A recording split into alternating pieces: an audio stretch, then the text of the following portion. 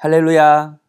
오늘도 우리 예수님을 드러내며 살기 위해 하루 30분 예배로 하루를 맞이하는 우리 성도님을 축복하고 응원합니다. 오늘 하나님께서 우리에게 주시는 말씀은 역대상 5장 1절에서 17절까지의 말씀입니다. 큐티인 책자 11월 9일 월요일 말씀입니다. 제가 1절에서 6절까지만 봉독하도록 하겠습니다. 이스라엘의 장자 르우벤의 아들들은 이러하니라. 르우벤은 장자라도 그의 아버지의 침상을 더럽혔으므로 장자의 명분이 이스라엘의 아들 요셉의 자손에게로 돌아가서 족보에 장자의 명분대로 기록되지 못하였느니라. 유다는 형제보다 뛰어나고 주권자가 유다에게서 났으나 장자의 명분은 요셉에게 있으니라. 이스라엘의 장자 르우벤의 아들들은 한옥과 발루와 헤스론과 갈미요. 요엘의 아들은 스마야요. 그의 아들은 고기요, 그의 아들은 시므이요, 그의 아들은 미가요, 그의 아들은 느아야요, 그의 아들은 바알이요, 그의 아들은 보에라이니. 그는 르우벤 자손의 지도자로서 아수르 왕 디글랏 빌레셀에게 사로잡힌 자라. 아멘. 오늘 말씀은 르우벤의 아들들에 대해 설명하고 있습니다. 르우벤이 누구죠? 야곱의 첫 번째 아들입니다. 그래서 그런지 르우벤이라는 그 이름의 뜻이 보라, 아들이구나. 바로 이 뜻입니다. 첫 번째 아내 레아는 싫어했지만 그의 첫 아들은 야곱도 좋아했던 것 같습니다. 이렇게 장자로 태어난 아들은 장자의 명분이 있습니다.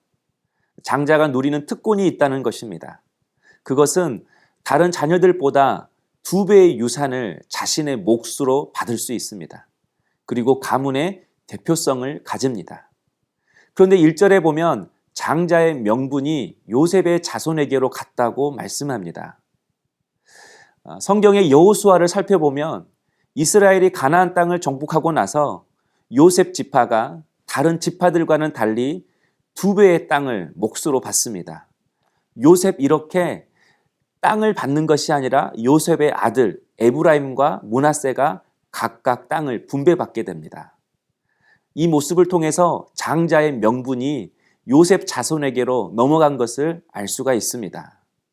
게다가 2절을 보면 주권자가 유다에게서 났으나 이렇게 말씀합니다. 주권자는 가문의 리더를 말합니다. 가문의 리더라면 당연히 제일 먼저 태어난 르우벤이 그 자리에 있어야 합니다. 그러나 주권자가 유다에게 있다고 이야기합니다. 그래서 이스라엘의 역사를 살펴보면 남유다의 왕이 어느 지파에서 계속 나오죠?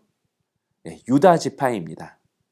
주권자의 자리도 유다 지파에게 빼앗긴 것입니다. 성도 여러분, 이처럼 르우벤 지파는 왜 이렇게 장자의 명분도 빼앗기고 주권자의 자리도 빼앗기게 된 것입니까? 바로 그것은 르우벤의 절제하지 못하는 성품 때문입니다. 1절을 보시면 르우벤의 아들들은 이러하니라 라고 말씀하면서 르우벤의 아들들을 설명하지 않고 오히려 르우벤의 잘못을 이야기하고 있습니다. 아버지의 침상을 더럽혔다고 말합니다. 야곱의 다른 아내였던 서모 비라와 간통을 한 것입니다. 한마디로 자신의 욕정을 이기지 못하고 충동적인 선택을 한 것입니다. 절제하지 못한 것입니다. 이로 인해 아버지 야곱으로부터 저주를 받았습니다. 뿐만 아닙니다. 민수기 32장을 보면 38년의 긴 광야 생활을 마치고 가나안 땅을 코앞에 두고 있었을 때였습니다. 아모리와 바산의 땅을 정복하고 이제는 요단강만 넘어가면 약속의 땅인 가나안 땅에 도착하게 됩니다. 그런데 그때 르우벤이 모세를 찾아옵니다. 우리에게는 가축이 많기 때문에 이 요단 동편을 먼저 달라고 요구합니다. 가나안 땅에 들어가지도 않았는데 자신의 몫을 챙겨달라고 요구하는 것이죠. 그리고 결국 요단 동편에 거주하게 되었습니다. 하나님이 말씀하신 약속의 땅은 요단 서편, 가나안 땅인데 요단 동편의 풍요로움을 보고 마음을 빼앗긴 것입니다. 약속의 땅에 들어가기도 전에, 약속의 땅을 보기도 전에 성급하게 충동적으로 결정해버린 것입니다. 그러나 비록 넓은 땅은 소유했지만 그들은 수많은 이방인들과 바로 접촉해야 했습니다. 신앙을 지킬 수 없는 그런 위험 요소들이 너무나도 많았습니다. 그러다 보니 결국 제일 먼저 우상에 빠지고 도덕적으로 타락한 지파가 되었습니다. 순간 마음에 드니 충동적으로 결정한 것이죠. 그래서 4절부터 오늘 말씀 6절을 보면 모두 8세대가 소개되고 있습니다. 그러나 여러분 4절에서 6절까지 숨겨진 세월이 있습니다. 무려 1200년입니다. 1200년이라는 시간이 흘렀지만 소개된 가문은 겨우 8세대에 불과합니다. 아무리 넓은 땅을 가졌다 해도, 아무리 능력이 있다고 해도 그들의 삶은 하나님 앞에서 아무런 의미도 없는 그런 삶이었다라는 것입니다. 그리고 북이스라엘이 망할 때 제일 먼저 아수르의 포로로 끌려가게 되었다고 6절에 이야기합니다. 아수르 왕 디글랏 빌레셀에게 사로잡힌지라. 성도 여러분, 루벤과 그의 자손들은 항상 충동적인 선택을 했습니다. 하나님의 약속보다 자신이 보기에 좋은 그것들을 선택했습니다. 항상 좋은 것을 선택하다가 최선의 것을 놓쳤습니다.